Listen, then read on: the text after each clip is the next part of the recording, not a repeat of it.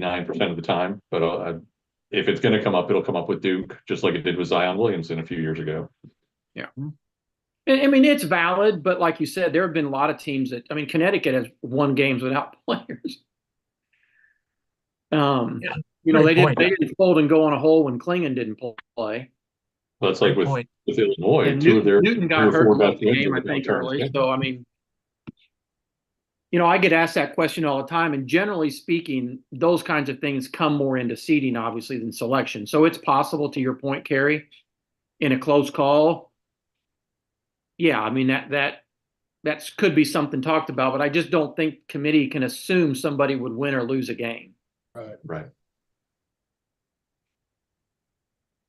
I get all of these drawing of lines is somewhat arbitrary and you could twist it any way you want. But one thing that sticks out for me is oftentimes I just do quad 1 plus quad 2 and how many bad losses do you have? And when you add it up that way, Auburn looks pretty good, 9-5 with no bad losses, and Duke's sitting there at 6-4 with a bad loss to Georgia Tech.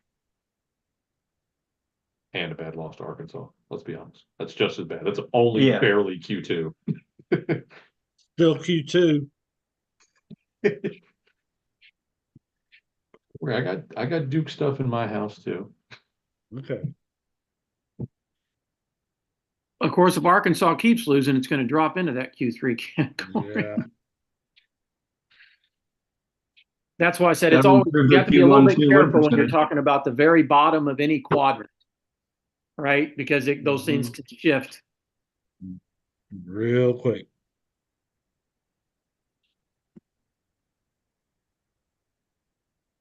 So we do. We're voting on these 8 to join Kansas These 8, Marquette. make sure you put them in order how you want them. And we will take the best 4. We'll move on to join the 4 that are in the holding area right now. I don't know how much you guys actually changed your order throughout the process. I mean, I just got swayed on Auburn being better than Duke. I'm good with that now. Can you put that spreadsheet up there?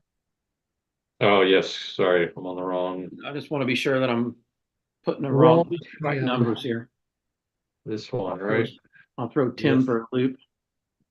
So it's these 8 right here. You would do that, Dave, wouldn't you? Not on purpose, Tim, but I know.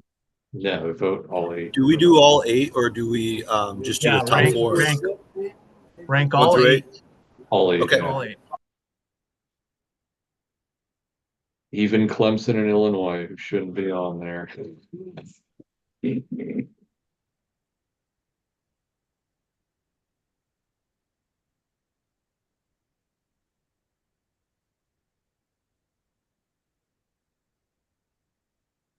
Okay, I am told that the YouTube is working perfectly now. So everybody that's watching, thanks so much. If we can, some of you guys can get a chance to jump back into our mock selection Twitter feed and tell everybody to jump on, that'd be great.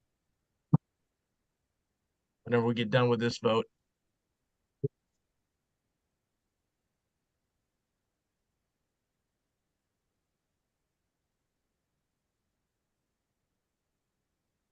Just to be clear, not for the 6 or 7 of us, whatever we are, doesn't necessarily mean these 8 that we're voting on will eventually be 3s and 4s. We could end up with South Carolina or Dayton or Creighton, or just they didn't make the initial. Doesn't mean they can't. You are correct. And then, of course, at the end, before we actually finalize it, they do a final scrub through of the list to see if we're going to tweak anything before we finalize it. So, Dear bark.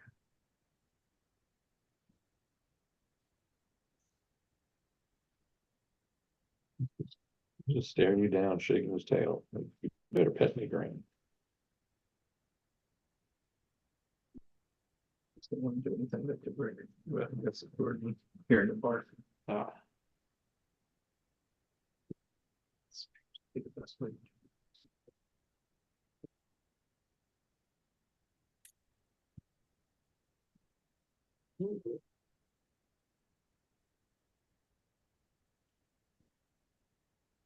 Everybody else watching VCU St. Louis? No, No. God, no. right It's as just the been an Mountain West. interesting year. Really, like when you look at the teams this year, I just don't ever remember a year like this where they're just so disparate throughout the bracket. You've got these teams that just look terrific with efficiency, but don't have the quality wins, and then you have these teams that have really terrific resume metrics, but you're just wondering how they got there. So about Ole Miss. Well, and then, but then we have some teams too where they're, the leagues just haven't panned out. Like the Big Ten this year is a bit of a perfect example. I mean, obviously Purdue's really, really good, but then then you get into this thing where the middle of the pack is worse than it has been, Yes. and so your eligibility to get the same level of wins that teams in the last couple of years, that's just one example, is not there.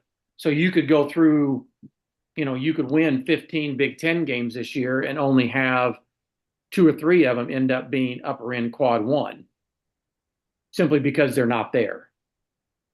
But teams could beat them soundly. So that's where it gets, I think, the committee's job gets tough, is evaluating, blending all those things together, right?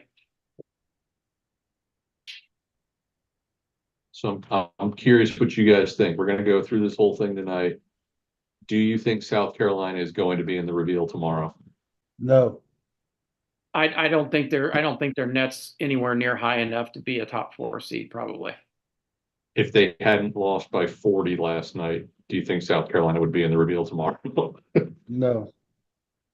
I think they would have been there, but for the losing to 40 by 40. And additionally, I think the committee actually seems to care this year about the reveal, including every result, because we all know there's been past reveals where it's obvious some of these midweek games were not counted. This guy took Dave Warlock's bait on Twitter. We'll find out tomorrow. We'll know for sure. South Carolina's on there.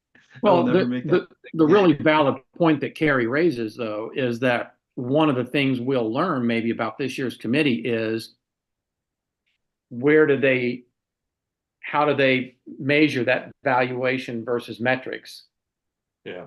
So if you believe South Carolina deserves that spot despite what its metric says, the metric you design, then this committee may not be quite as hung up on that as past years. I think you and I talked about that the other day, Dave.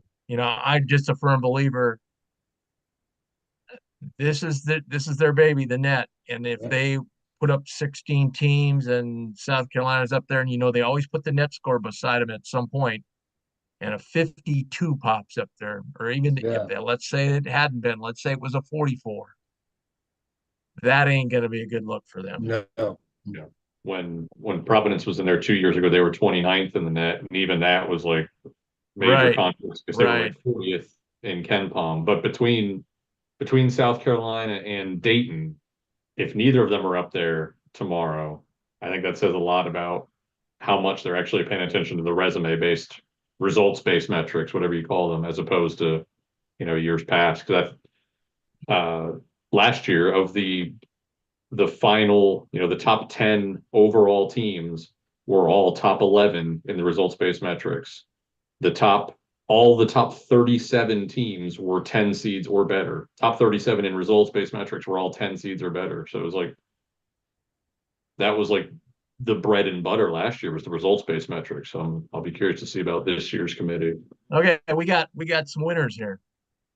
Hey, let's update things.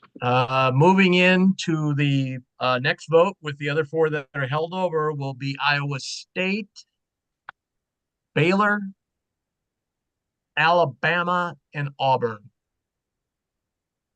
Bye, Duke. I got swayed.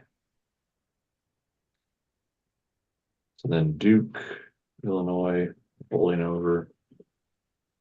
Wisconsin is holding over. Don't mind my muttering. What you got to do?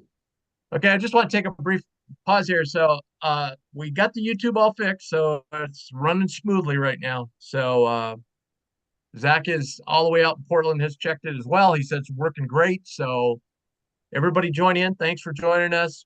Hit that subscribe and like button.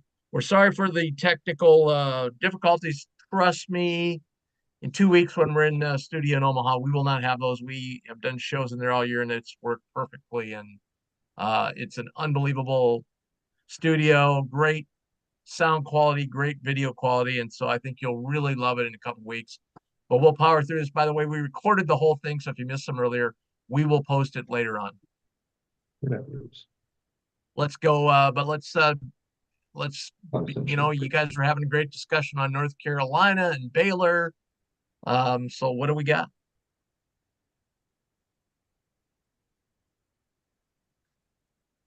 That looks right. Yep. Okay.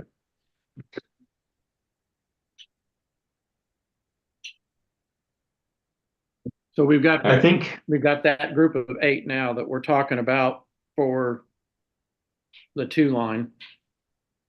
I think Rocco mentioned it earlier, where you get to that kind of imaginary line for the 2 line, and I just don't see the quality wins for Alabama and Auburn to be there. I just don't think they can be in the discussion, but I think realistically they just can't compete with this rest of this group because of their lack of quality wins.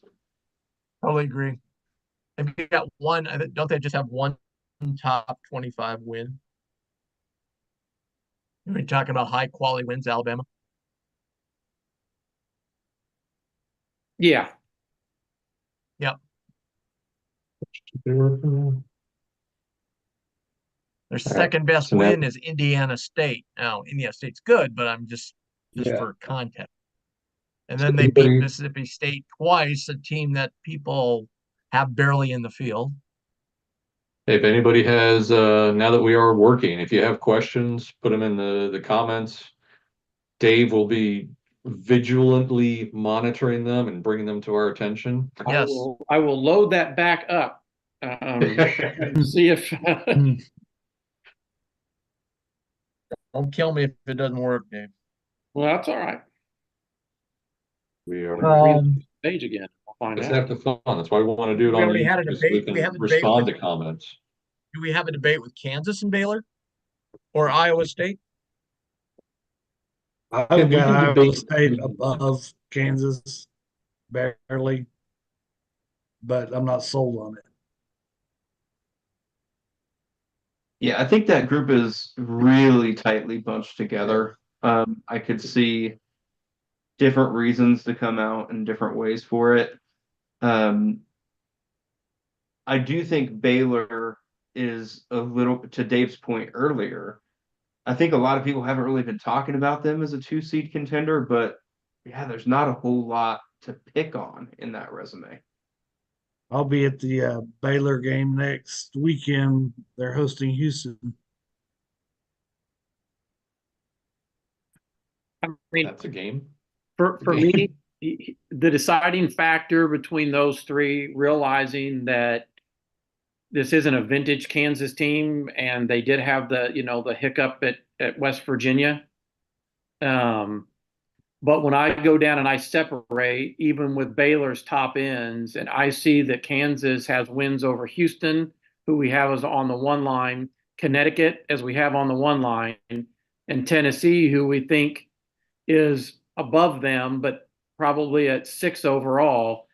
Game, set, match. And then a team they're competing with, Baylor, they beat them as well. Yeah. Yeah. I was saying, so like I said, they're close. It's not like one's run away, but if you're going to start mincing the pie, that's why I had Baylor slightly ahead of Iowa State, and that's how I came to that order. But I'd love to hear other thoughts on it. They had the bad loss to West Virginia, but it's just hard to get back saying you beat 2 1 seeds and a high 2 seed. That if there's a narrow margin, granted 2 of them were at home. When Allen Fieldhouse is a hard place to win, so it's not like they were on the road, but Well, I probably overreacted a little to that 29-point loss earlier this week. That's a big one. I Stuff mean, Kerry happens. knew this because I was over here. I told him I would never bet against my Jayhawks, but if there's ever a game I would bet against them, it's going to be this Texas Tech game. Yeah. I saw that one coming from a mile away. Um, but I think, kind of to the point that Dave had earlier, we don't really see teams with 2 wins over 2 different 1 seeds and a 2 seed neutral court win. That's doesn't happen very often. So I think for me, when you get down to the nitty-gritty of really separating, that just speaks volumes, the way they've done against the very top end of the bracket. Oh, yeah, rock chalk. Okay, buddy. I will And say, again, we're splitting hair here against 3 really good resumes. So we're not disparaging somebody. It's just we're picking. You got to pick an order of those 3 potentially, and it could, 2 weeks from now they might be in a different order. I mean, if that could easily happen. Yeah, tomorrow. Yeah, I think just the separator between the 3 Big 12 teams here, Iowa State decided to schedule all home games in the non-conference against terrible teams. They had I apologize for what I said earlier. They had a 3-game MTE. They could have easily gone 0-3. They lose to Virginia Tech. They lose to, where am I looking? Texas A&M. And then the VCU game, they should have lost. That was a miracle win. They were down, I don't know, 4 or 5 with a minute to go. They could have easily gone 0-3 in their event, and there's no way in heck we would ever imagine them even being considered for a protected seed. Yeah. They go home, they get right, they beat a bunch of bad teams by 50, and good for them. They've won a couple great road games in the league, but again, nothing better than a 7 or 8 seed at Texas. And so the Iowa State thing still just feels extremely fraudulent when you have an option like Kansas, who's won 7 games against the field with big-time quality neutral wins over Tennessee and Kentucky. You have a team like Baylor, who's also done enough, opened the season with a win over Auburn, another team kind of in the same mix. It's just like, to me, that would be the reason to put Iowa State last. But Iowa State does still have, 4 quad 1A wins. So it's they're so fishy that I just think they belong on the 3 line. And I'm okay with that, but 2 lines seems wrong. I don't know. Yeah, I think, Rocco, some of the teams that are in contention here, your UNCs, your Kansases, those teams played such hard out of conference schedules that now they're losing some games in conference, and everybody's like, well, that's really tough. It's like this is a long season for them. For teams like Iowa State, they didn't really have much of a non-conference, so this is just getting into the heart of their season. Whereas for some other teams in this conversation, I think this is the February, January lull that kind of happens for a lot of those teams.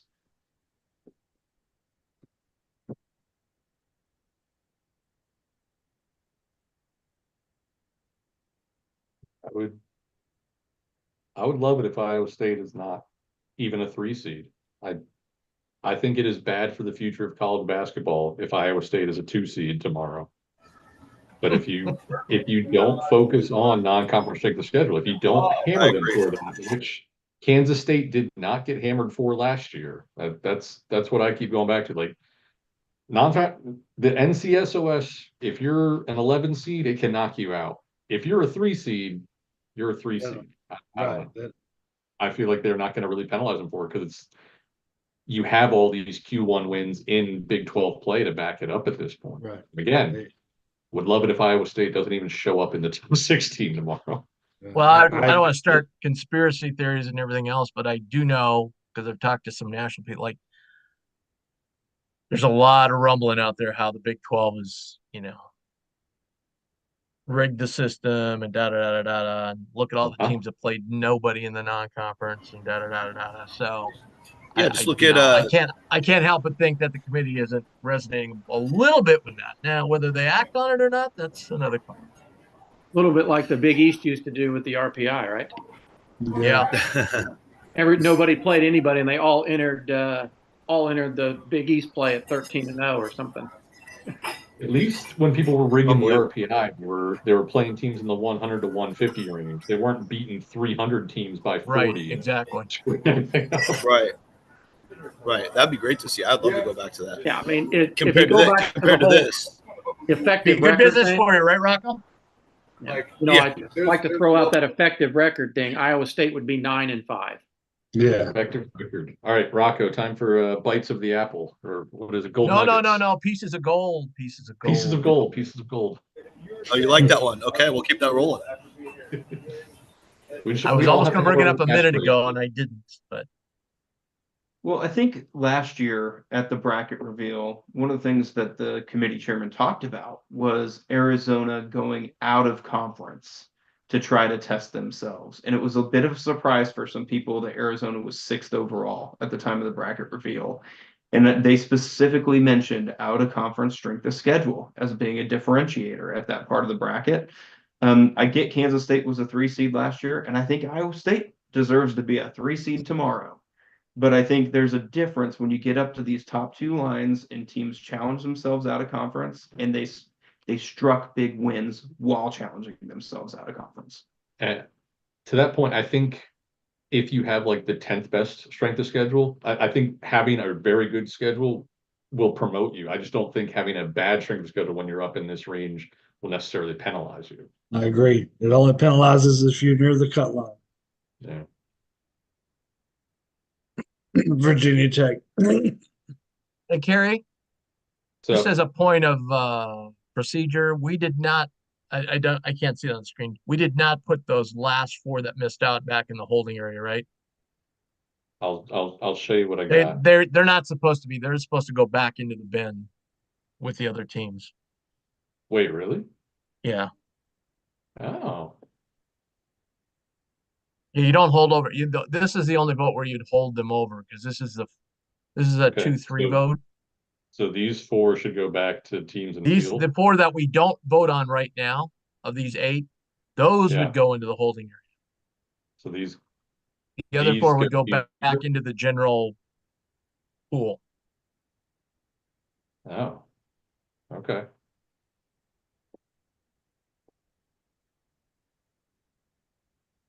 I believe that's correct. I think so. I don't know. I don't We'll go through figure this it out. process by myself. We'll start over. Well, I mean, it Or doesn't really you. matter. We're getting down to the end here anyway, so we're not going to have enough teams to pick from. So it's not, Okay, so we voting on the we're 2 going to vote seeds. on Alabama, Auburn, Baylor, North Carolina, Iowa State, Tennessee, Kansas, and Marquette. Marquette. We need to vote in, but we're not voting on them. We're putting them in order how Right. you think you would rank this. I have the correct screen up. You guys are able to see the numbers and all that. Yes. These 8, okay.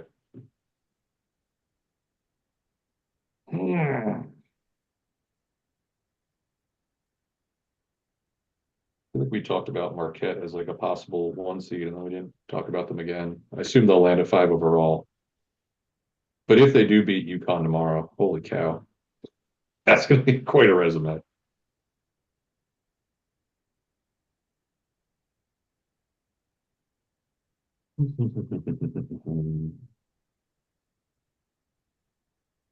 Don't be cheating. I'm not. I'm looking at Baylor versus Iowa State again because I came in here feeling pretty good about my order, and now Dave started to make me rethink Baylor a little bit. Dave Warlock or Dave Omen? Dave Omen. Apparently, you didn't listen when I was praising Baylor, but that's okay. Can't trust Graham. I True. know it.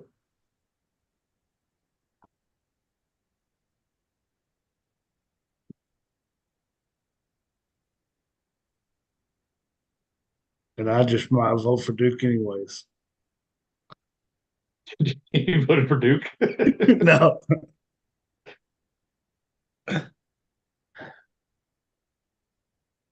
Yeah.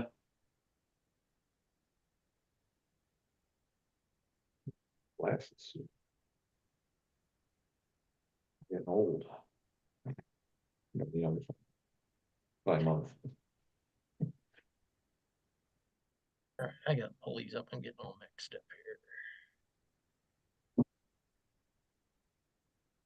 here. All right. Dave, do we got any questions? I've not seen any. Have you looked though? Yeah, let me open it back up. Well, somebody's yelling at us, don't disrespect DePaul like that. What? DePaul is going to be, For some reason on that link, Tim, it's telling me that the chat is disabled for the live stream. I'll probably give you the link from the old one. They had to reboot it a couple times. It's Oh, probably- okay. so somebody commented about DePaul. DePaul is currently the worst rated power conference team in KenPom history. The current record is Utah, I believe it was in 2012-13 when they moved from the Mountain West to the Pac-12. They finished 302. DePaul is now at 304. It is so laughably bad. I honestly think even though Ohio State just fired Chris Holtman, he might be the best candidate for that job because they're so broken. I was hearing Tom Crean. I would love that. We've got a question from Alex Berngard in the chat asking if Iowa State wins at Houston, does that change your opinion on them despite the crappy non-conference schedule? Do they play at Houston again? I don't even know if they have that on the schedule. But yes. I thought they only Yeah, got well, yeah, they beat Iowa State beat Houston at home. So yeah, I mean, if you Right. I don't know if they go play on the again. road, you go on the road into somebody's home gym who is a potential top 2 or 3 Yeah, seed they do. and on They their play on home Monday. court. Yeah, I mean, we're not saying that Iowa State can't overcome it. We're just saying that sitting here right now, it is still a bit of an albatross that they're dragging along with them. And they're getting talked about to be a potential 3 seed. So it's not like we're not talking about them being a top 4 or 5 seed. It's just if you're going to try to get to that 1 or 2 line, it's going to take a lot more work in conference to get there when you don't have anything out of conference to help you. So we are fully building this as of today's data. We don't know what the next month is going to bring. But Iowa State plays at Houston on Monday. Bryce brings up in the chat that the game's on ESPNU, despite being Iowa State versus At Houston. least it's not on the Big 12 network. Someone For said whatever Dayton reason, fascinates Ed me. likes tickets games on Peacock. Yeah. Oh God. Dave Connolly says, "Am I off for thinking Dayton is one more A10 loss away from creeping towards the bubble?" I think that is a little crazy, but depends on who it's to, I guess. They Yeah. Dayton have quality wins. If you don't have what is it, St. John's, Cincinnati, and SMU are their 3 best wins. So if you don't have St. John's and Cincinnati in your field, Dayton has 0 wins over the projected field, which is not good at all. And I have them at my 16 overall seed like an idiot. But I mean, I would look at them almost as like a souped up mid-major in that case, though, right? Like everybody would be feeling good about a mid-major in that role, and Dayton's not really that team. You know, they're a tier above that. So I would feel really good about Dayton to be comfortably in the field at that point. I think Dayton is now what Memphis was in mid-January, where if they were to lose 4 straight bad games, then yeah, they're gone. But I don't think one loss is going to hurt that much. All right, we got It becomes easy just really a here. seeding issue for them. What's their seed ceiling going to potentially be? Pretty easy vote here. We got Marquette at number 5 overall, Tennessee at number 6. Wait, North Carolina. You didn't warn me. Oh, sorry. All right, Marquette, Tennessee. At number 5, Tennessee number 6, North Carolina number 7, and Kansas number 8. We didn't. The other 4 Wait. teams will go into the crossover holding pen. Alabama, Auburn, Baylor, Iowa State will go into the crossover holding. And now we get to select for the last time tonight 8 more teams We can still scrub. in any order. We're going to do these 8 of these 12. Yep. Can I just remove Kentucky? Like nobody's voting for Kentucky. Come on. I think Well, he's there trying might to be vote over here. Oh, I didn't there might be influence- Kentucky fans. Let them feel good about themselves. Creighton ain't getting in. Sorry, Tim. Hey, don't be sorry to me. Go talk to McDermott. Nah. He filleted me the other day.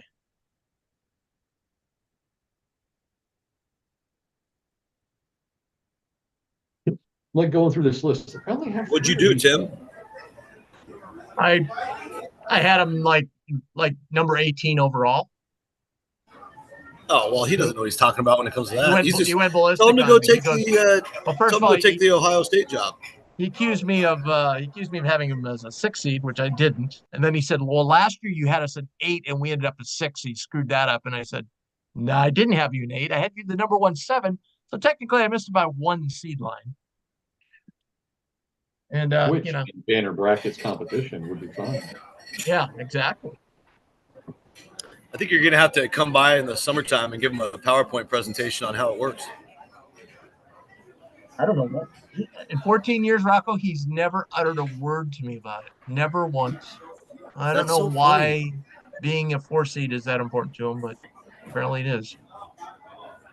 Huh. What city were they in again last year for the first round? Yeah, you would ask me that. Maybe that's what pissed him off. You didn't want to have to weren't go they far. down? Weren't they down like Oklahoma City or something? No, what was one of the sites? I'd be mad if I had to go. I'd be mad if I had to go there too. But that's just because I'm a Sonics fan. They were in Indy for the regional. I know that. Right, which is great. Can't argue with that.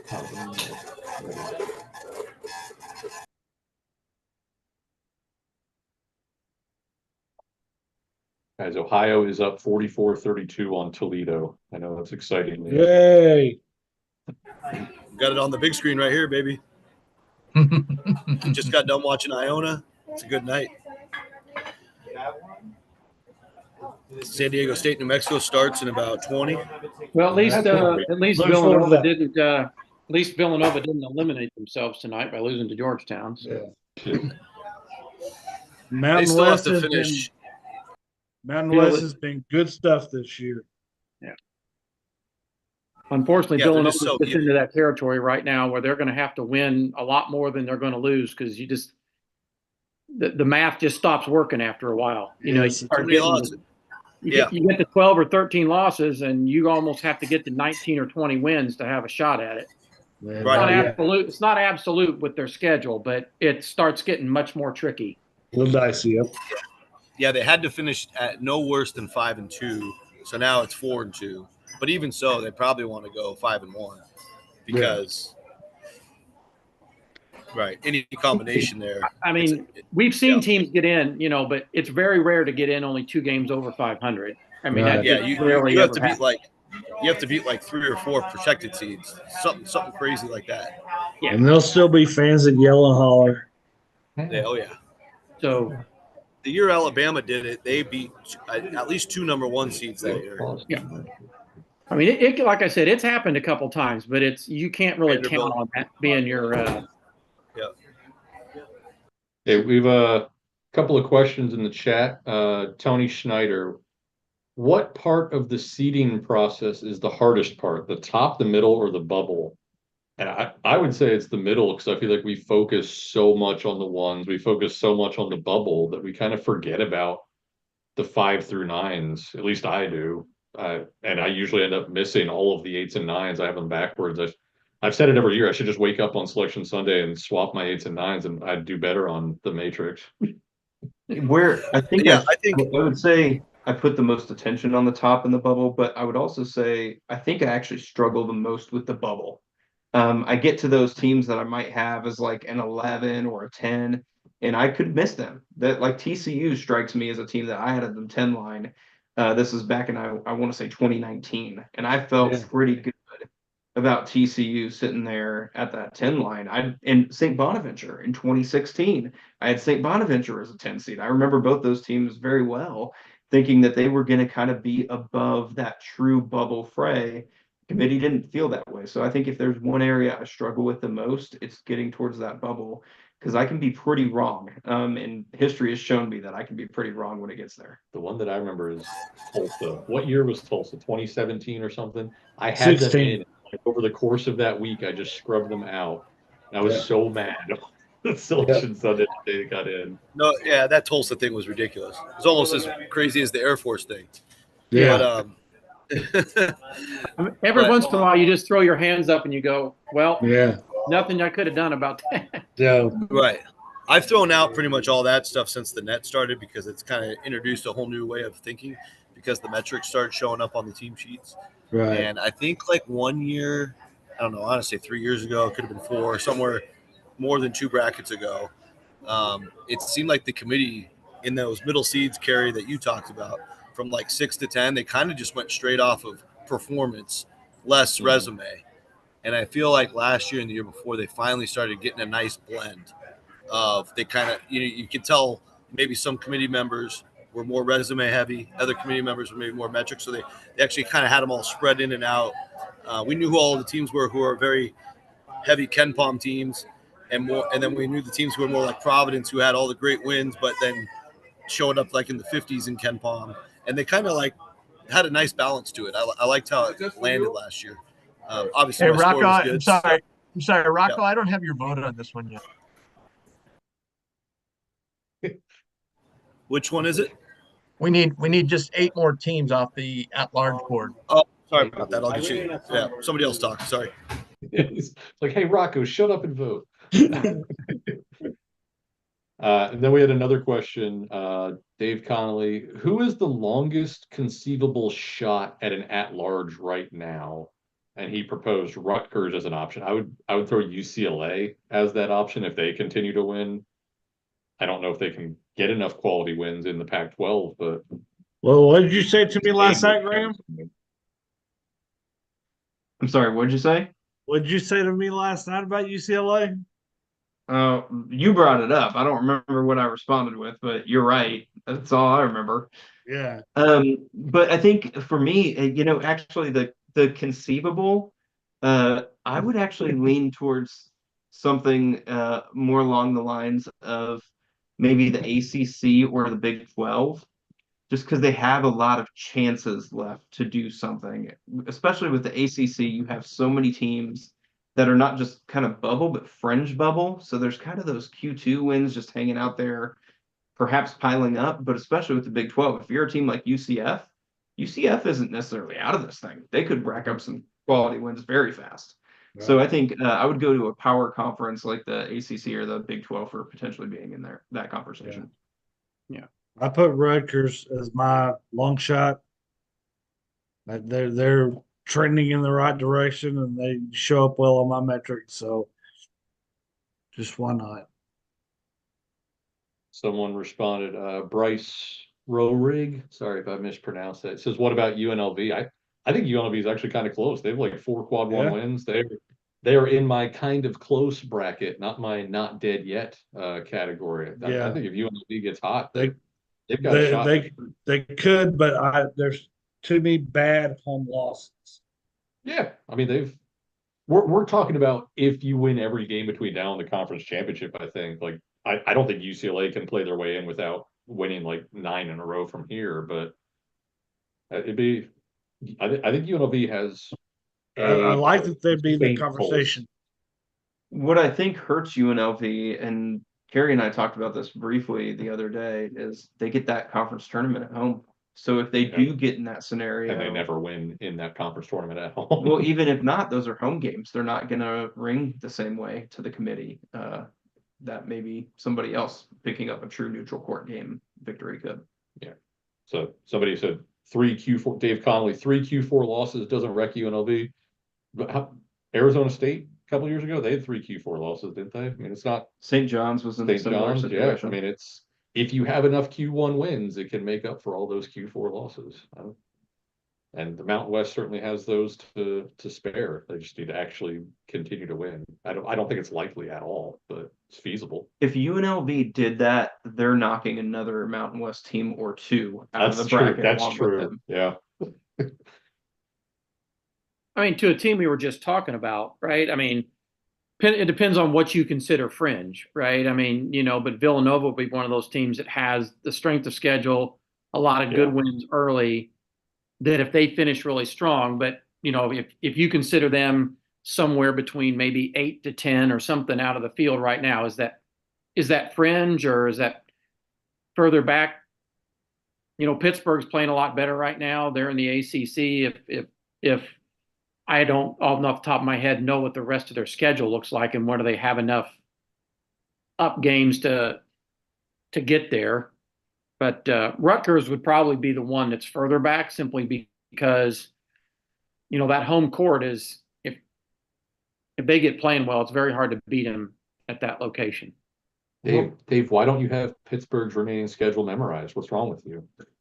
Well, I did, but then I woke up this morning and realized I was old and I forgot. Well, one team that Carrie and I have talked about previously that just never seems to disappear completely, not SMU, that was another team, but Iowa. Iowa just never seems to completely disappear from this conversation. You just keep expecting that there'll be that one game that's like, okay, finally I can stop considering them, but they haven't had that happen yet. To me, I've been on that same boat. It's just that now at 14-11, it's a little bit like Villanova. It's just the math starts getting difficult, and Iowa's going to have to show us something that they haven't shown us all year, an ability to win like 5 or 6 games in a row. And so that's where, and when you're 2-7 on the road, like Iowa is, it's very hard to start thinking all of a sudden you're going to start winning four road games in the last month. Right. Okay, guys, we have our 8 to rank. Clemson, Creighton, Duke,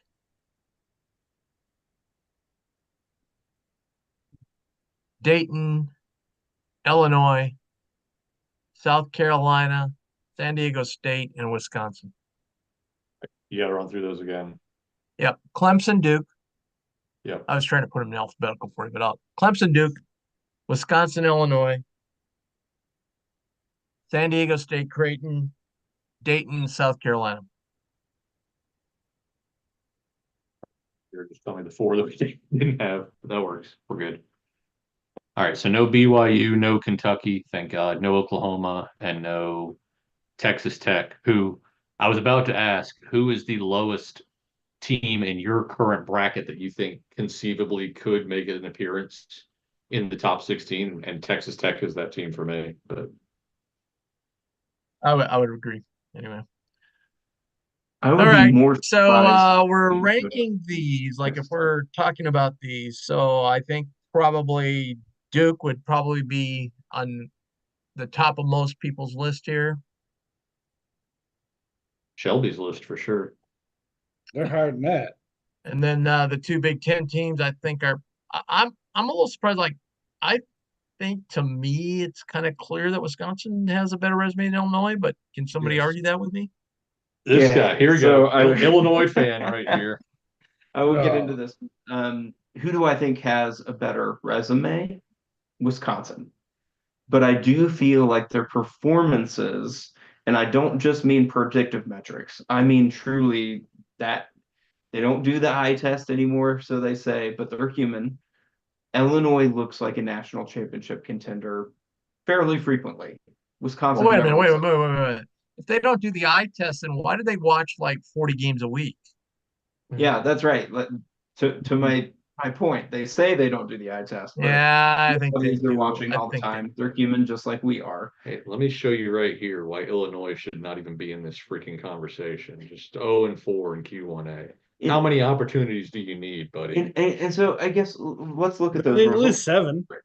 They're very, very close in the results-based metrics. But when you get to those predictives, very different. We're talking about a Wisconsin team that's 17 overall. Tim Kruger, you mentioned this last year. One of the things that I think is very underrated in bracketology is just your overall record. Winning a lot of games or losing a lot of games matters. And Illinois has a very strong overall record.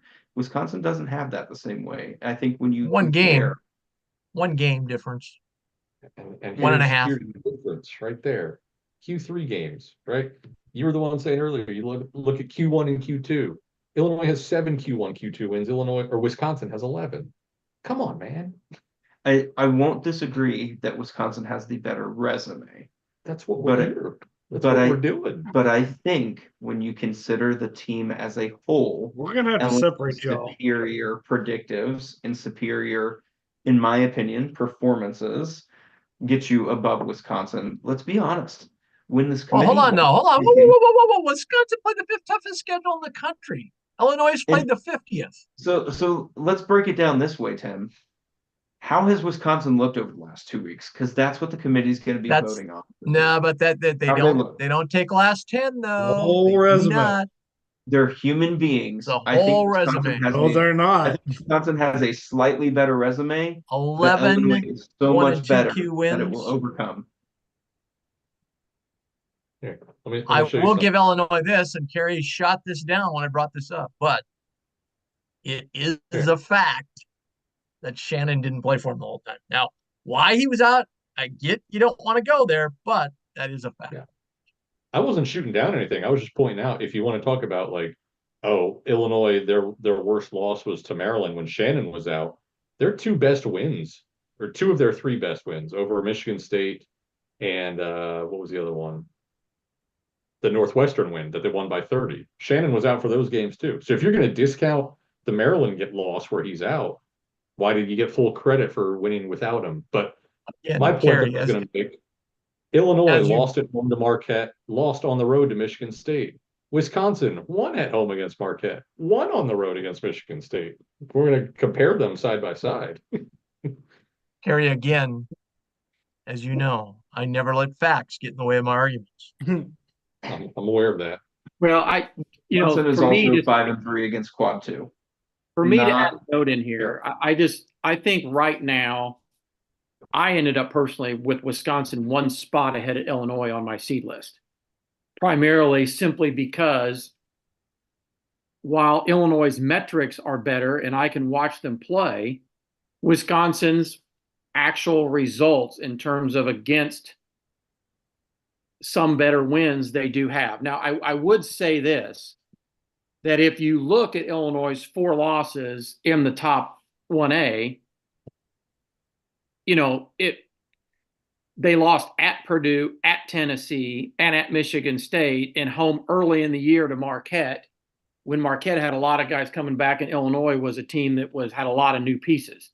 Now, it's not an excuse, but it's not like they're getting blown out where, you could make a case where you go to, you look at Wisconsin and they've lost some by pretty wide margins. So, I don't know whether that matters. I think losing, you go to Purdue and you lose by, a handful of points. That's different than going to Purdue and losing by 25 points. I think right now Wisconsin's resume overall is slightly better because of their wins. And I could make a case that Illinois wouldn't be in the top 16 if it weren't for the metric ratings. But I just think that if the committee's going to rank them 13 in the net and they don't really have anything bad and they do have a couple of nice wins, I think they're probably going to end up in the top 16 tomorrow. I do too. I just think that Wisconsin is a little bit more than I see a lot of people having together. I mean, Wisconsin's won 5 games against top 50. Illinois won 2. I will say this about some of what Wisconsin has done looks better when you put it on a nitty-gritty than when you throw it on a team sheet. What I mean by that is you've got that SMU neutral court game. Is anybody really that crazy about that as a Q1 win? Like that's a paper Q1 win. Okay, Shelby. Well, it is, At but I mean, Ohio State. SMU's That's winning another one of games. those where they look Yeah. great when you put them on a nitty-gritty, Hey. but not necessarily team sheet. Illinois' third best win is at Ohio State. I mean, that would be my argument against Illinois, is you're right. I mean, they basically have a good win against FAU, who I think has coasted a lot this season, to be honest with you. I would expect that when some stuff gets serious here, FAU may play a little bit better. For their sake. But and I think we all can agree that probably if you watch that Michigan State game up there, had that Michigan State shot like they did all year against Illinois in that game, Michigan State wouldn't be a borderline 8-9 seed. We'd be talking them on the 2 or 3 line. Yeah. And by the way, if everybody's wondering, Rocco had to run back to the hotel, which is why he's not screaming into the mic now to defend FAU. Anyway, But Oh, anyway, man, I I miss think, the sound of ice being poured in glass. to me, I would like to get into the discussion on that list of, say, like comparing, like, say, Clemson, San Diego State, and Creighton.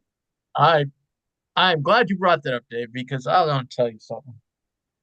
I have looked at those three ever since McDermott yelled at me. I've looked at those three over and over and over and over and over and over and over again. I could not ever, when you look at their resumes, I could not put Creighton above San Diego State. Creighton's resume sucks. If we're talking 3s and 4 seeds, I they have mean, 5 losses outside of the top half of Q1. the only way I can see somebody doing that is if they just don't like respect the wins over St. Mary's and Gonzaga and don't respect like the Mountain West that much. I mean, Right. then I guess I could see it, which I think they're wrong, but I could see it. But I just think the committee is going to be harder on the Mountain West than compared to everybody else.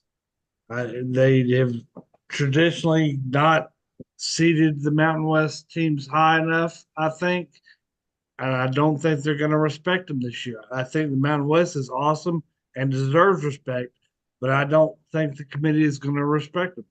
The really interesting thing is that of all the teams we're talking about Creighton.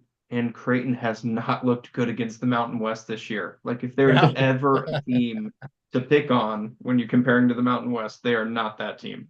Yeah. Well, to me, so when I came through, this is just me personally.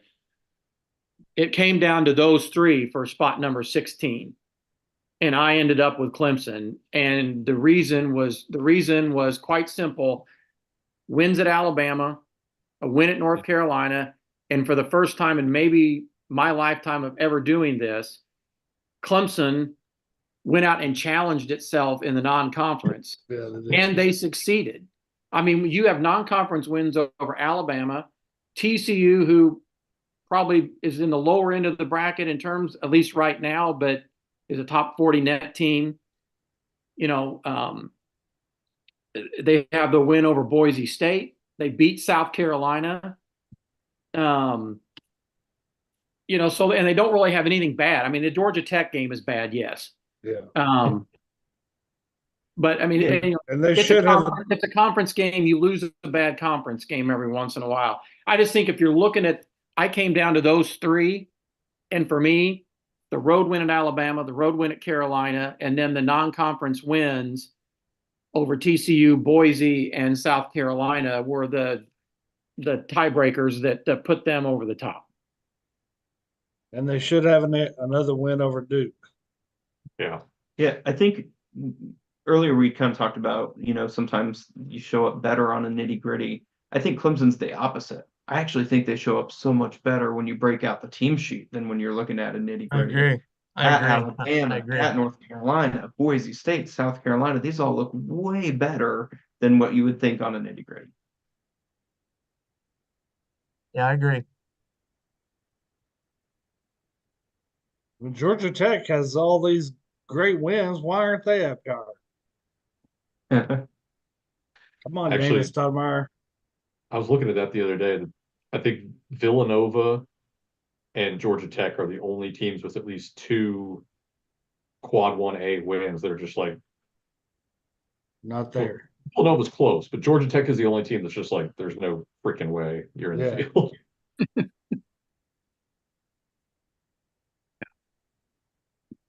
And now that Clemson's up to 20, do they have 3 quad 1A wins, Georgia Tech? Got to look at Maybe. that.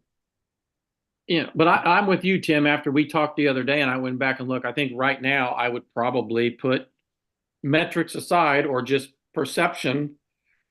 I would probably have San Diego State ahead of Creighton. 100%. Yeah, the only thing Creighton has to hang their hat on is they got a nice bunch of Yeah. lower quad one road win. But they're all against teams that most of them are not in the field, and Nebraska's, in, but not comfortably in. Although, as I told Tim the other day, given what Nebraska has done at home this year to people, Yeah. that Creighton blowout win there is maybe a little more impressive than we give them credit for. Yes. Yeah. Because I mean, Nebraska has, what were they, 18 points down to Wisconsin or something, and ended up. Yeah, they've had a couple of big comebacks at home. And to Creighton's credit, every team that they've played in Q1 and Q2 is at least somewhere in that tournament consideration. Even, maybe not Iowa, depending on the person. We've talked about them a little bit, but like, Even 5 of their Q2 games. Sure. yeah, those are tournament consideration teams. So to me, that is a little impressive, that those are not those empty calories. Those are real games all the way through. I've had a lot of empty calories tonight. To me, it just kind of comes down to I think they're in the conversation. I'm just not sure that they won a couple of more of those games. I probably would be the decision. And one of the coaches said to me, "Well, yeah, but we haven't had." I said, "You've only got one high quality win that's Alabama." He said, "Well, we haven't had those opportunities." I go, "Well, first of all, whose fault is that?" Yeah. Secondly, I do get what he's saying because their schedule's backloaded. They get UConn and Marquette at home, so they've got some chances, and Seton Hall as well. So they've got some chances for 3 pretty nice wins here coming up. Yeah.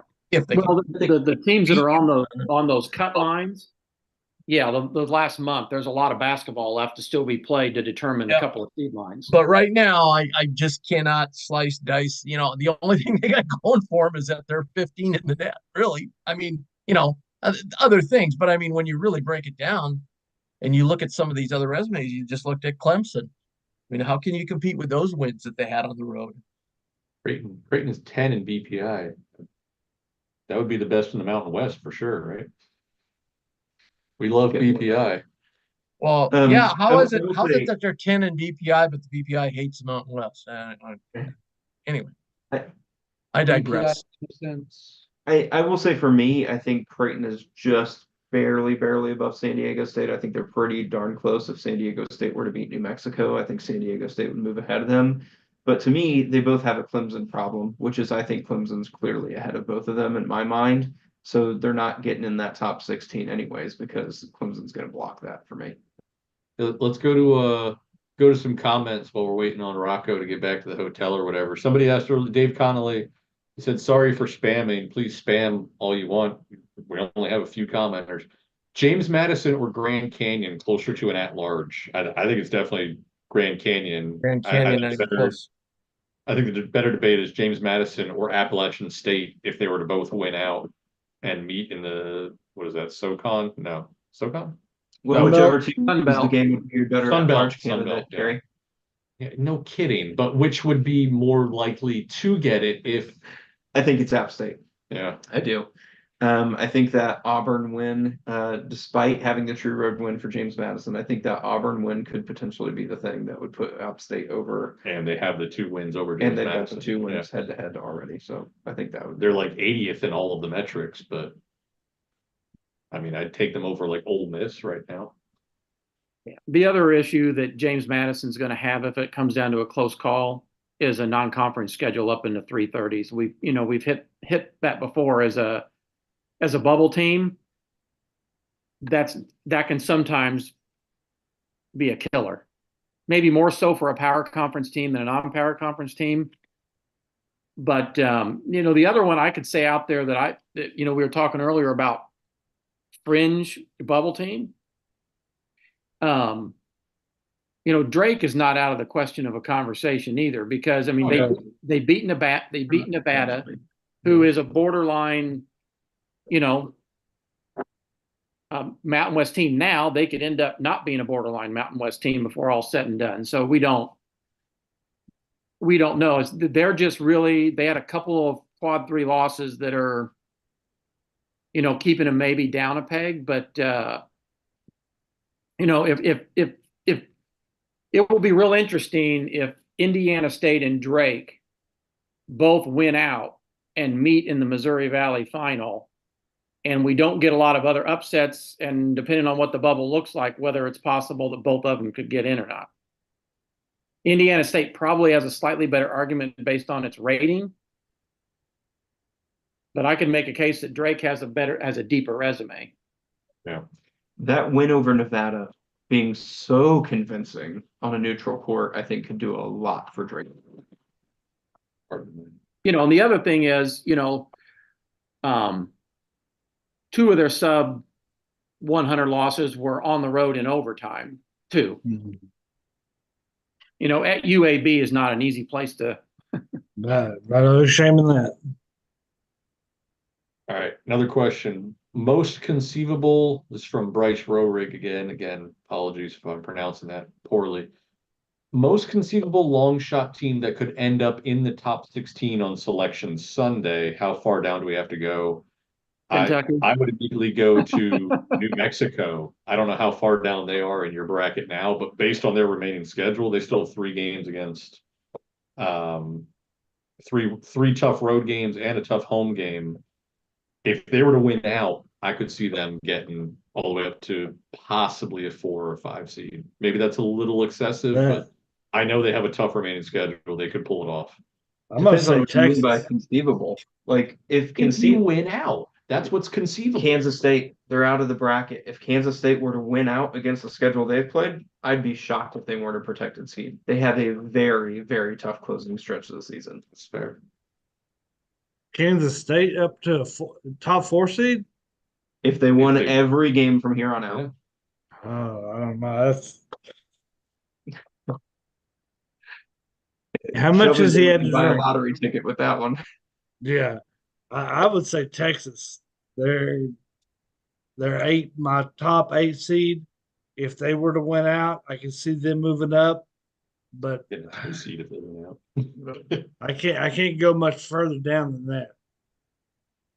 I guess a team that theoretically I would throw in there that definitely would be on that fringe. It's further down than say maybe on that 6 line right now.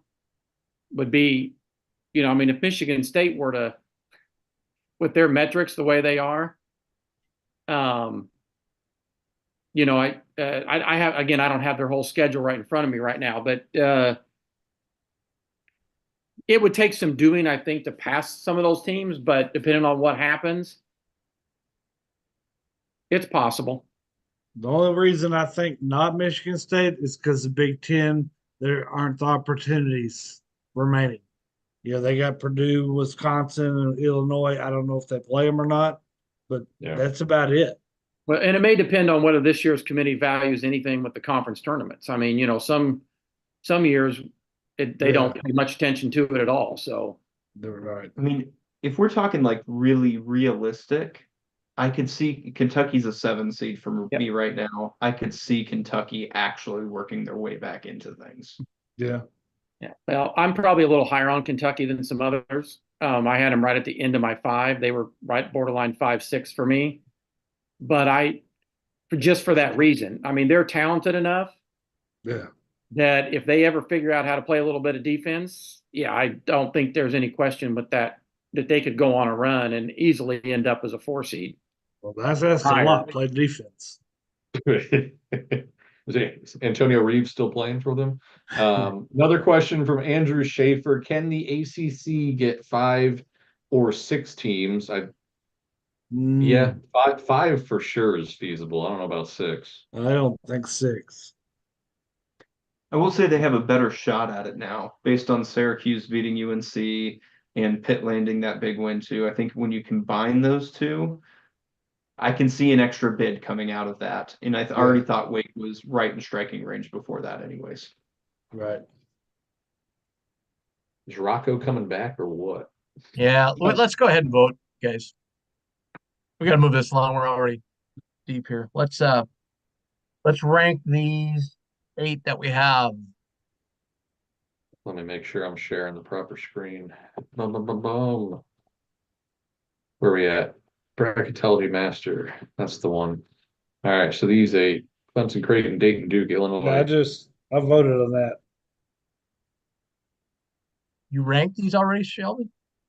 I think so. Yeah, Yeah. this is No, what I I don't was have. confused with. I don't have That it, Shelby. You selected them. You didn't rank them. I think Well, the it's the same previous order. four with Duke should have held over. I think we got a little confused, but it's fine.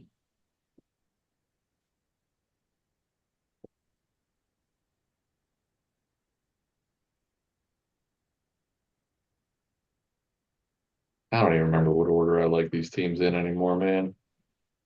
I need another beer. I got one. Shelby, get me a beer. Yes, sir.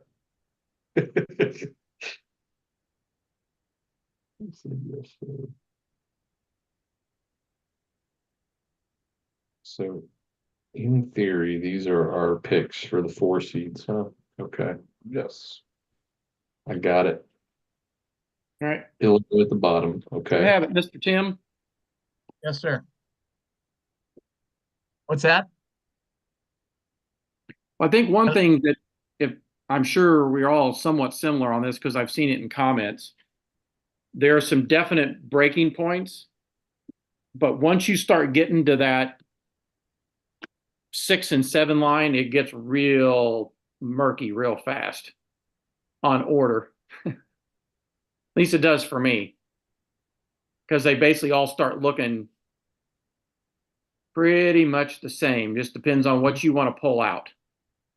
Even these teams look the same, man. I felt pretty good once I get through the 6 line. It's that 7 line that's just been like, man, like 7 through 9. It just, ooh, tough. I went back and forth looking at Colorado State and Florida Atlantic the other day for the final 6.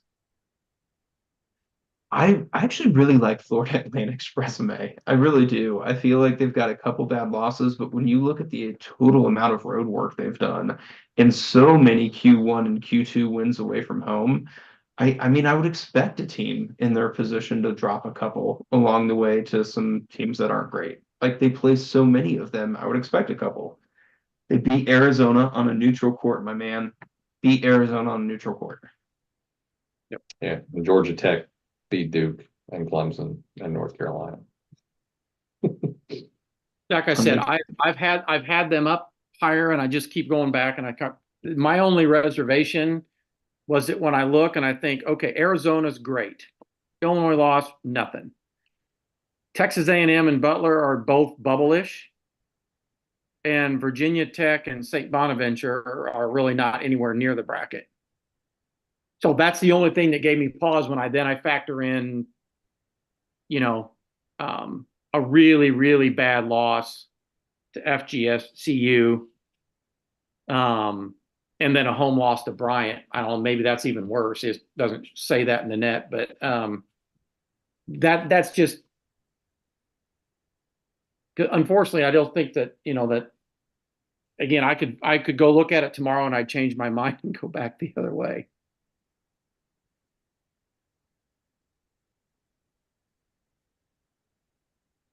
Let me just see if we got any more. All right. Any more questions? Send them on in. Oh, Rocco's back. All right. McNeese or Samford have any chance at an at-large? Well, perfect timing for Rocco to come back. McNeese or Yeah. Samford have a chance at an at-large with a title game loss. Samford is getting interesting in a hurry. I think McNeese is done after their loss to Sela. whatever garbage Southland team that was. They lost to Sela. Yeah. Yeah. These are always fun ones. Samford's got a nice strength of resume right now. Yeah. And, there's really not many. And I don't like to put the metrics first because I think that's a lazy approach. But I do think when you're comparing teams with such drastic difference in opportunities to perhaps, a power conference team for the last spot or two, it's kind of one of the last things you have as a measuring stick. So you look at Samford, they had those 2 opening games at Purdue, at VCU. Didn't play particularly well. Luckily for Samford, VCU has gotten a lot better. They won again tonight, and they're in the top 75 coming into today. So those are both quad one losses, and all that's left is a nice and shiny 21-1 record. And Right. there are good, capable teams. Chattanooga's on fire as well. Greensboro is very good for SoCon level, and so is Western Carolina. If they were to lose to any of them in the championship or even the semis, they definitely would have a case. Their strength of record is 43. The KPI is 61. I'm actually a little bit more lenient on SOR personally, but just to be safe, I don't know how the committee feels about it. You might want to just take those two and divide them by 2. But they're just the fact they're 43 in one of those makes you have to pay attention. Hey, Rocco, I am going to need you to rank these 8 because it's very, very close. So yeah, sorry about the delay. No They switched my Uber driver, and I got a 7-minute wait after that. Kind of on that Samford discussion, I took a pretty long look at them yesterday, and as Rocco mentioned, I think the thing that really held me back from kind of getting in the Samford at large discussion was just the lack of competitiveness in their up games. Had they been more competitive, not even necessarily winning, but just being more competitive, kind of what UNCG did when UNCG had that strength of record that was right there, got them on the cusp of being in the field. In Davidson, when they got 10 seed in 2008, they lost their 4 up games, but they were competitive. And I think the lack of competitiveness will be what ultimately does Samford in. Where is Samford in the net these days? 58th. 59. Yeah. So 61, 43, that's 104 average, 52 KPI SOR. The lowest KPI SOR average ever, 57.5, Rutgers 2 years ago. Obviously, they had 5 Q1A wins though. But yeah, I love my results-based metrics. A little Rocco would call me lazy, but I love them. It's not necessarily lazy because you don't, once you just look at the basics, even if it's like a James Madison who does have a good road win, you don't have a lot else to look at, so it becomes a lot more important. Well, I think the other thing that there's no way, the problem is people ask that now and there's no way to know because so much of it also depends upon what the individual bubble looks like in a given year. Sure. If we lose 2 or 3 at-large spots because of upsets, then the Samfords in the world basically have no chance. Whatever slim chance goes away. Right. Whether that's fair or unfair, that's just, the reality of it. So, because then you're talking about, well, now the winner of their automatic qualifier takes a spot. And so it just gets more difficult. I think being 52 in the average of the result-based metrics, that doesn't get them in. It gets them in the conversation. Right. I think it's very hard if you're below, McNeese is 98 and 52. So a 76, 75 average, like there's no way they're even in the conversation. If you're 60 or above, you at least get in the mix, which is, God help me, what was making Syracuse tough even before their freaking win over North Carolina. Now Syracuse is like 30th in the results-based metrics. Syracuse is going to kill me by the end of this month. Right. Do they still have a guy in the room? What's that? Do they still have a guy in the room that gets a nudge in? You mean Bubba Cunningham, UNC's AD? Because I think he's going to be the chair next year. I forget who the chair is this year. So Syracuse's results average are 40.5, but their predictives is like 100.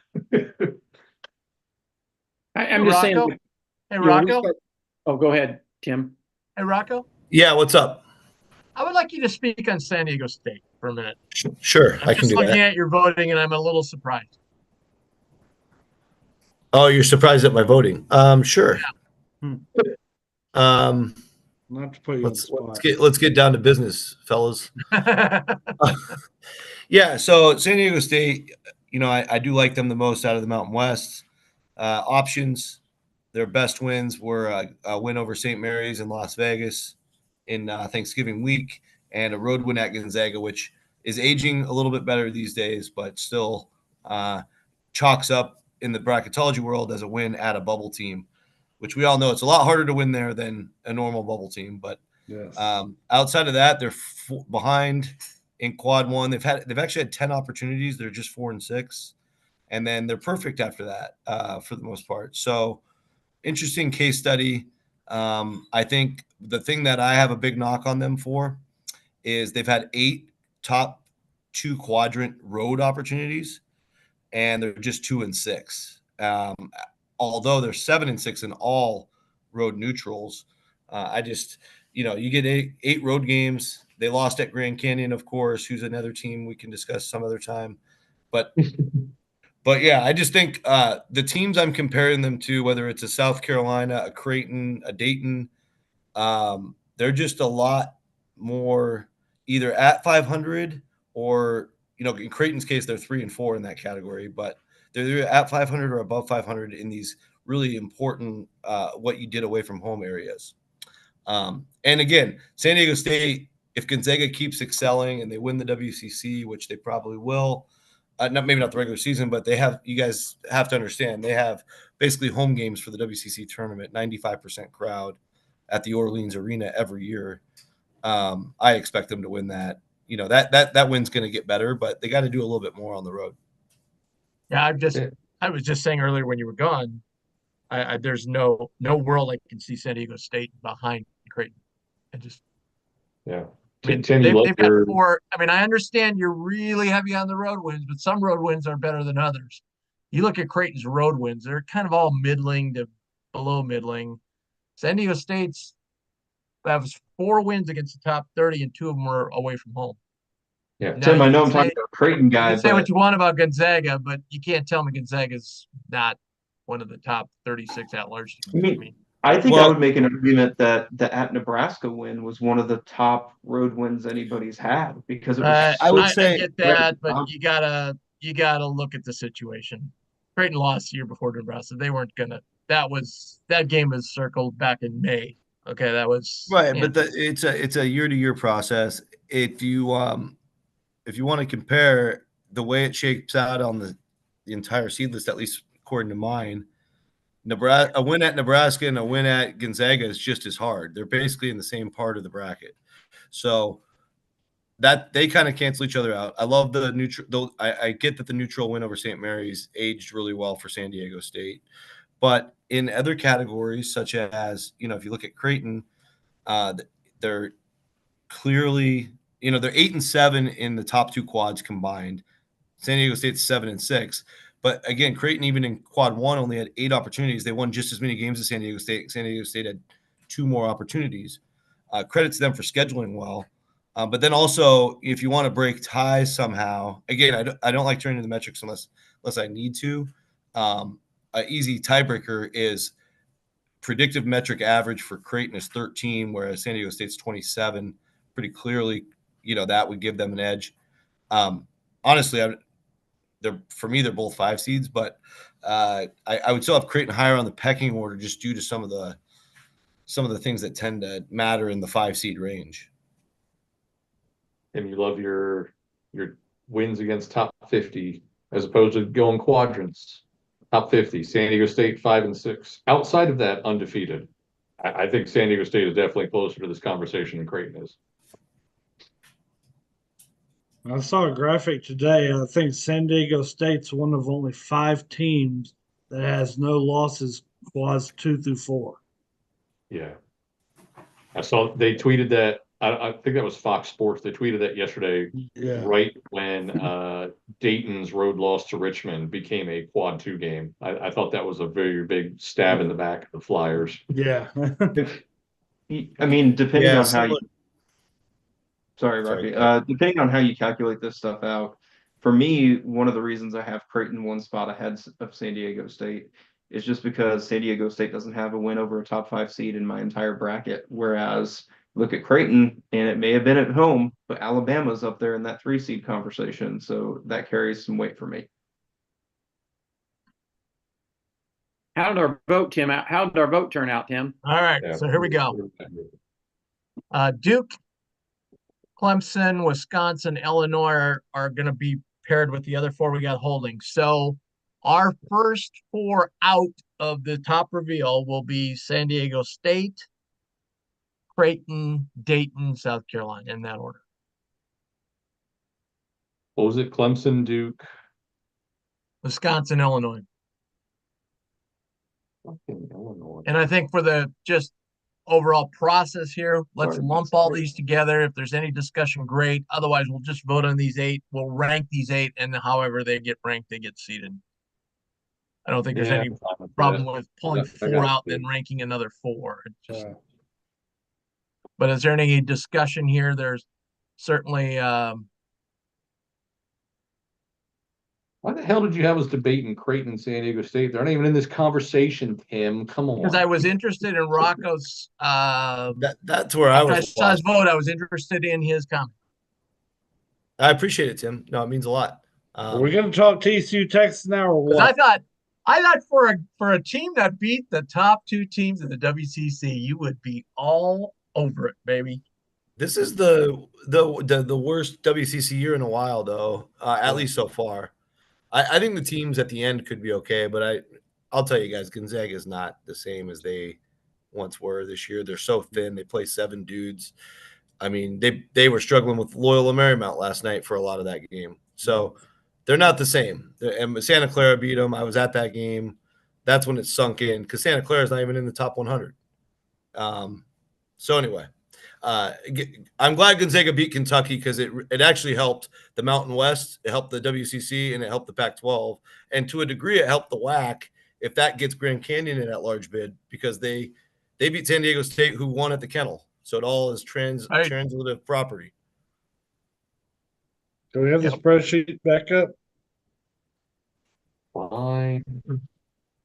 Yeah, God. one's So we got Alabama, Auburn. No, who do we got? Alabama, Auburn, Baylor, Clemson, Duke, Illinois, Iowa State, Wisconsin. Okay, got it. Any more discussion? Or we just want to vote. I'd just like to really quickly look at Alabama versus Auburn because I find that Yeah, comparison because Graham, difficult. I'm glad you brought that up because I've seen that so many times over the last week. People comparing them and having them coupled together and back and forth, and it because obviously Auburn's got the win, but then Alabama's got better metrics, and anyway, it is an interesting discussion.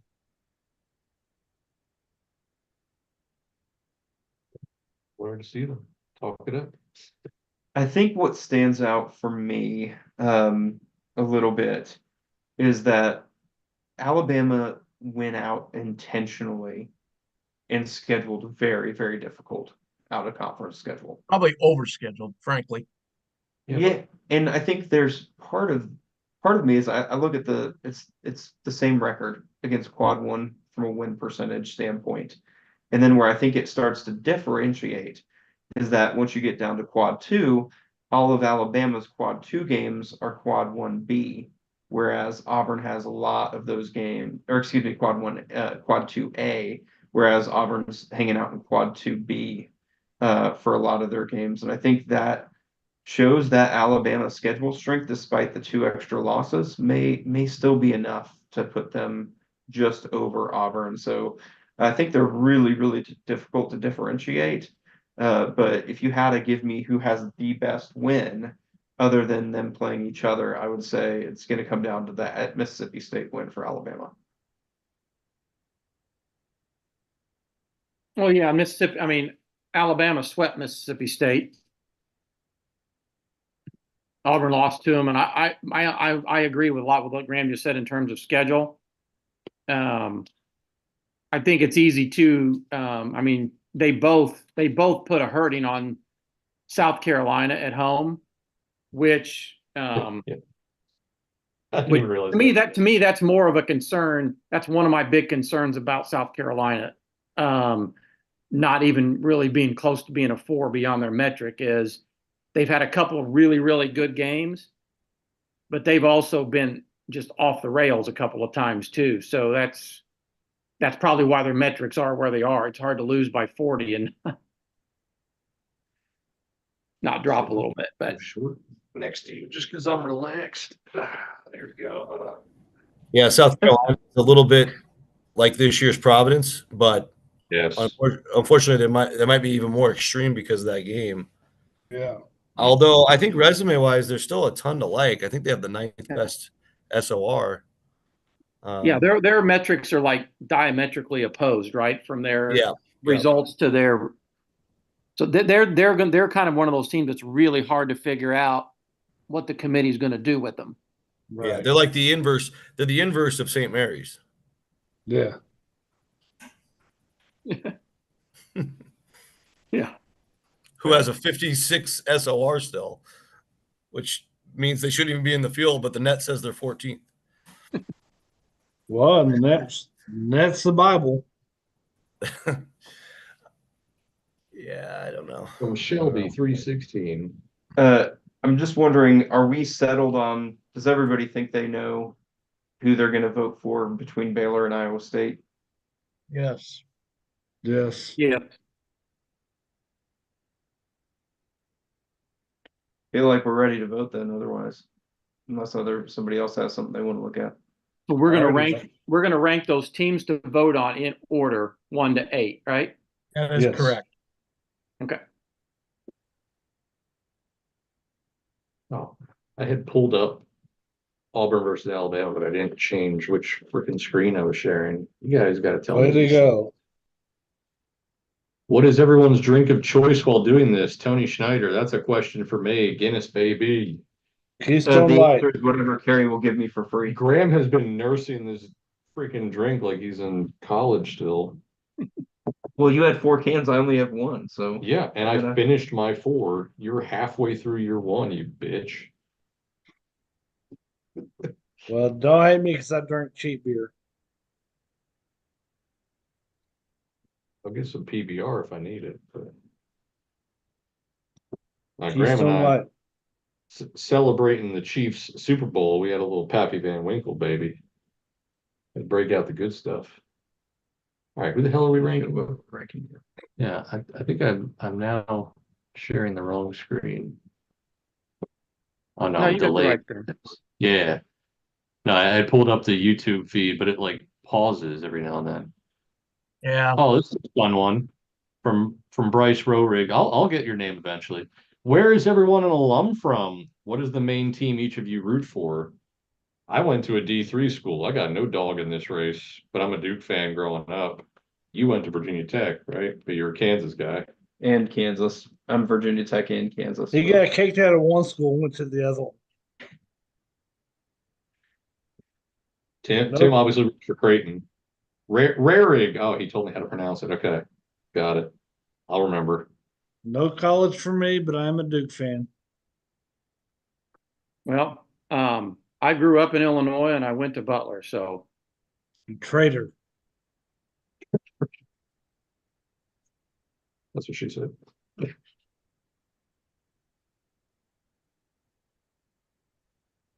Thanks. I cracked myself up.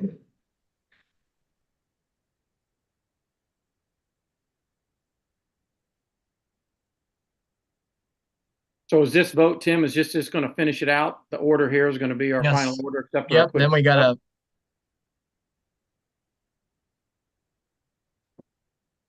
Well, you talked me into this Alabama Auburn debate.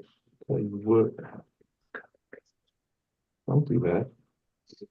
My one from earlier. It's the same exact order. Same one, 12, 12, 4, 1, 3, 9, 20. If you're interested, Well, you got a San little Diego's- work to do. San Diego State is up by 6. Yes, First they half. are. Okay, so I need Rocco, I need Carrie, and I need Graham. There's Carrie's. Never. I got you, bud. Let's see, we got any other questions about alcohol or alumnuses? What's your degree in? I got a math degree and I'm a professional writer, so who cares what you go to school for?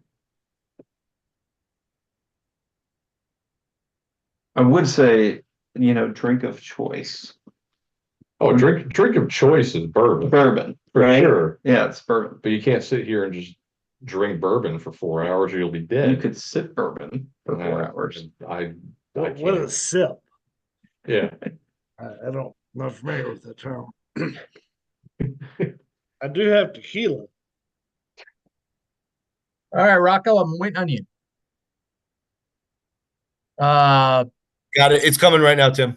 yep. When as I get these together, you want to start moving on the line one over there on the bracketing side there, Mr. Miller? Oh yeah, let me get my distance chart up. We can really get this going, baby. All right, so what we got? We got Purdue. Let me just delete all this shit. Oh, On this note, like oftentimes I will say, even in my own brackets, I won't notice some of the matchups until I post them online. Somebody will point out, like, you put blah blah blah against blah blah blah. I'm like, I actually Never. I use that. never Yeah. know. I I never did know. that too. I got called out a couple years ago. Rick Pitino was at Louisville, and I had Louisville pretty high seed, and I had Minnesota as a lower seed. So I had Minnesota versus Louisville, Pitino versus Pitino, and I kept coming up with that, and I wasn't trying to do it. We had that for a while with possibly St. John's against New Mexico. It was like an 8-9. Can you pull those? Yeah. Can you pull those numbers back up real quick? I'm sorry, I was just You're- about to. You're good. Sorry about that. Are they showing up again? Yeah, we're good. Appreciate it. It'll be like No, 20 seconds. I don't know. I don't know whether it would. I don't know. It's too early to know whether it would end up that way, but it is possible that Butler could play in Indianapolis. They are not a host. Yes. Who's hosting that, Dave? It is. Ooey pooey. I Is looked it up. Yeah, it's either. It's Could be a conference. Is Yeah, it the it- Horizon League? Yeah, it might be. I think it's the Horizon League and somebody else. But because I specifically ended up having at one time when I had Butler as a low It's- 9 or a 9 in the same spot with Purdue It's in IU. Indianapolis. it- I wasn't it's sure if both. they could go there, so I double checked it. But there's I- nothing that prohibits Butler from playing in Indy. Yeah, it's both. It's the Ooey Pooey and the Horizon League. Yeah. It's not that it's a factor today. I have not noticed this before. We can't put Marquette in the East because Connecticut will be there. Right. Marquette is 858 miles from Boston, 857 miles from Dallas. Their East South difference is nothing. They would want to go to Dallas. I'm just saying, but Yeah. All right. They'd rather go to Detroit, but that won't happen if they stay on the 5 spot. Right.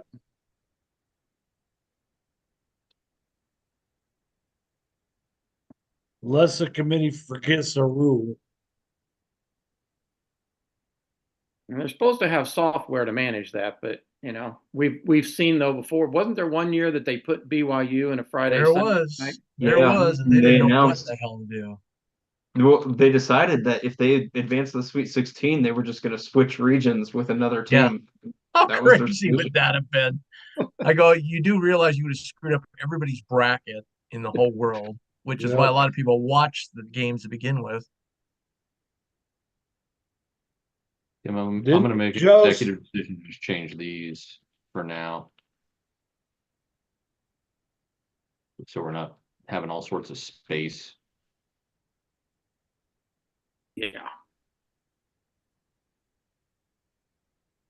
Oops, that's not Marquette. That would be illegal.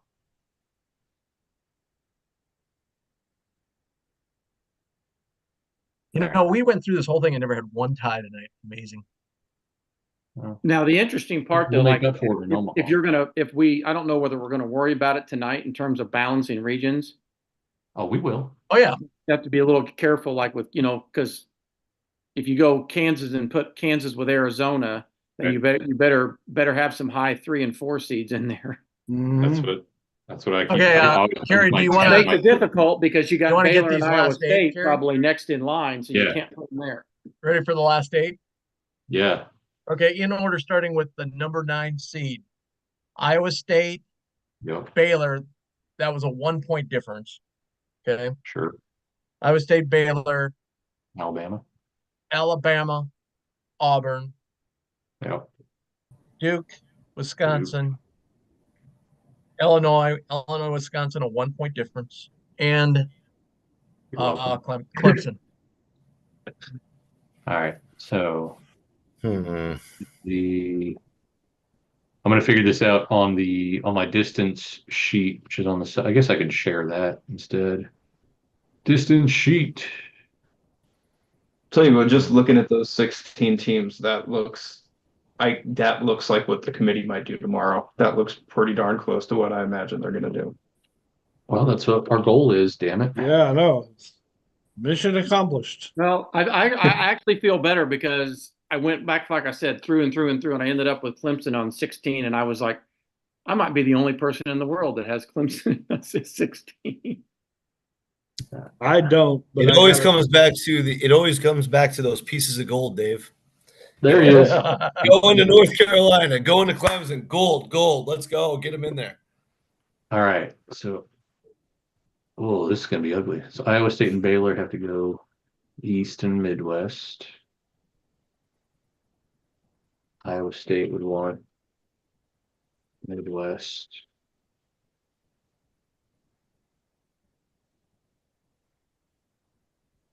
Got to put Alabama in the West just for overall seed purposes. And Duke probably has to go west for all the overall seed purposes.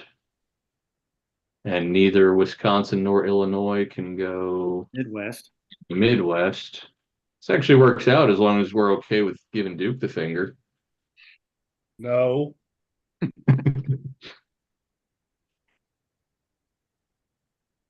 Well, either that or you have to shift Kansas out of the West.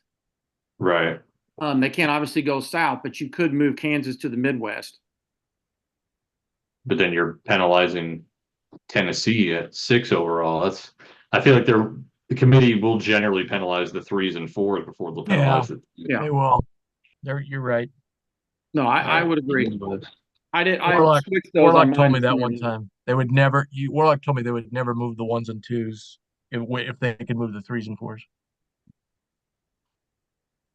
unless they have to. Midwest. I think the one time they did it was 2015 when Kentucky was like the most dominant overall #1 seed ever, and they're like, we're gonna match them with the worst 2 seed. I remember that they did not have to work it out that way, but they did that. It's kind of interesting. Do we want to Who won the bother title with that year? do we want to bother with the pods or? No. I I don't don't think think the committee Odds on last year's bracket were real, I mean, so it's pretty easy. You got, Purdue would go Indy, Connecticut would be up there, Brooklyn. Brooklyn. You're the one who said no. Houston would go to Memphis. Memphis, Arizona to Salt Lake. Yep. And then Tennessee and North Carolina both go to Charlotte. Marquette would go to Marquette. Indy. Yep. Kansas to Omaha. Yep. Iowa State to Omaha. So there's what we've got. Baylor, probably Memphis is closer than Salt Lake. I think Memphis so. is closer than Memphis. Salt Lake. Yep. Memphis. Auburn would then have to probably go to Pittsburgh. Brooklyn. No, Auburn and Pittsburgh. Alabama would be Pittsburgh. Pittsburgh. And then All right. I believe then Duke would go to if Duke is number one on the 4 Duke line, would go they'd to Brooklyn. And then everybody else would be Salt Lake and Spokane, depending on how you want to divvy it up. Yep. Somebody, Brendan Anderson asked, "What's the BYU rule? BYU will not play on Sundays," which just makes it. Yeah. So So for East and West. yeah, it's just East or West this year, and that's probably going to be Pittsburgh or Salt Lake. Yep. Yeah, they'd love Salt Lake. Oh, yeah. Well, I mean, the reality is it makes it tough because it's Thursday, Saturday both. So it means they have to be in a Yes. Thursday, Saturday, That's why it's Pittsburgh and Subsite SLC. and a Thursday, Saturday region. Right. My last 100%. bracket was a mess because of that. It was the only time this year it's happened. It was Well, it was hard today. I don't know if it happened for any of you guys because if you had Baylor and Iowa State as 3 seeds, which we do, and you had BYU as a 6, you don't have the only play each other once thing. BYU plays both of those teams twice. If you look at the schedule, Yeah, So you that's really- what it was. you Yep. can't have them be a neighbor to either of them. Yep. So that means if you had Iowa State or Baylor in the West or the East or both, you had to make another move. Yeah, I had I had to move 3 teams. that happened. Just That to make it happened work. to me today, and it almost made it impossible to balance the region. I found it. Yeah. I stayed within the parameters, but it was one It was region impossible. definitely Yeah. tougher. A couple This days is- ago at South Carolina. Sorry. I was gonna say this is the first year that I can remember where BYU has been seated so high. Usually they're way down low, Yeah, and we're just throwing them in somewhere. Well, they're good this year, you or got at to least figure out which area they can play in Dayton and then play as an 11 seed. Right. That's how it usually is. All right. Who's going to be in charge of tweeting this out? Is somebody already doing it or What's under mock tweeting? selection? carry. I don't even know if I have access to the account anymore, man. Well, you can just I'm there's just tweeting from my Dave's own already account. put some tweets in there. You can just tag along with them. Okay. Everybody that watched, thanks so much. I'm sorry for all the issues we had early, but again, we will post this. Zach, one of our producers, is going to post the whole thing back up again so everybody can listen start to finish. And Awesome. make sure you hit the subscribe and like button. Also, go up, follow us on Twitter, 2024 mock selection. We do have a link to a Venmo to help us out, defray some of the costs, and we've been getting great response to that. I don't know if you heard Rocco, but Lenardi donated to that tonight to it. That boy Joe. Thank you, We had Joe. a couple guys. We had a couple people that have done $16 for this, and then they're going to do 68 when we do it in a couple weeks, which I think is good. That's awesome. Why don't we do So- 362? Because that's how many D1 schools there are. I like that one. gotta- Rocco. I You really gotta like aim that. high. Set the bar high. Let's go. I like that one. At any rate, so the next time you'll be seeing us, we'll be in Omaha. I'm telling you, I feel bad that we had some issues there. We won't have issues there. Trust me. It's a smooth running operation there. You'll be amazed at the production value that we're going to have. And we're going to have a great time. We're going to catch a game and it's going to be a lot of fun. This is it's attached to a bar, correct? Oh, it's in the bar. It's on the second floor of the bar. I'm in. I'll be there. It Go check it out. when you walk in there, you'll be blown away. It's like going into a Vegas casino. It's seriously, there's Sounds so many dangerous. screens. If you're gonna make miss like 50 mid-major games, that's the least you could do for us, Tim. So we appreciate it. What's that? Take us what's to that? a power conference game. We know at least we might need a few beverages to get through that. Just Oh, a we're couple. gonna have some beverages. I thought like just kidding. both Friday and Saturday night we would have a happy hour at some point, 8 o'clock, 9 o'clock, whatever. Well, thanks again for putting it all Fine. together, and thanks for all the supporters out there. We appreciate Yeah, it. absolutely. Yeah. Absolutely. It's been great so far this year. We have a lot of support and a lot of people reaching out saying, gosh, we really want to support you guys. We love what you're doing. So as I said, we'll get the whole thing back up again and everybody have fun tomorrow. I don't know if my last two 15 and 16s are any clearer than they were when I started, but thanks for all your opinions and helping me out. I thought I'd get clarity with Rocco, but no, he just shot it all down. So now I don't know what Way to to go, do. Rocco. Hey, just remember that Southern University won at Mississippi State. So Yes. don't forget about that in your 16 seeding decisions. Not going to be my playing game. Tim, you invited Rocco to They're this not going committee to Dayton, to sort baby. out the 12 through 16 seeds, not this 1 through 4 business. That's Yeah, very it's so boring. true. It's so boring. I took 3 naps tonight. That's very true. That's very Lucky. true. And unfortunately, because of our cram time schedule that we're going to be under, we won't be able to spend a lot of time on those, but we're going to have to spend some time on it. So we'll have to knock it out at some point there on Saturday or so, maybe early Sunday, whatever. But anyway, Done. guys, thanks. I'll be at the airport picking you all up, and except for you, Rocco, we'll figure that out. Don't worry And about thanks for joining us. And again, hopefully we gave you a little insight of what the committee does to selecting these teams. And be fun watching it tomorrow. Thanks. So long, guys. Thanks. Take care, guys. Excellent. Bye-bye. Thank you.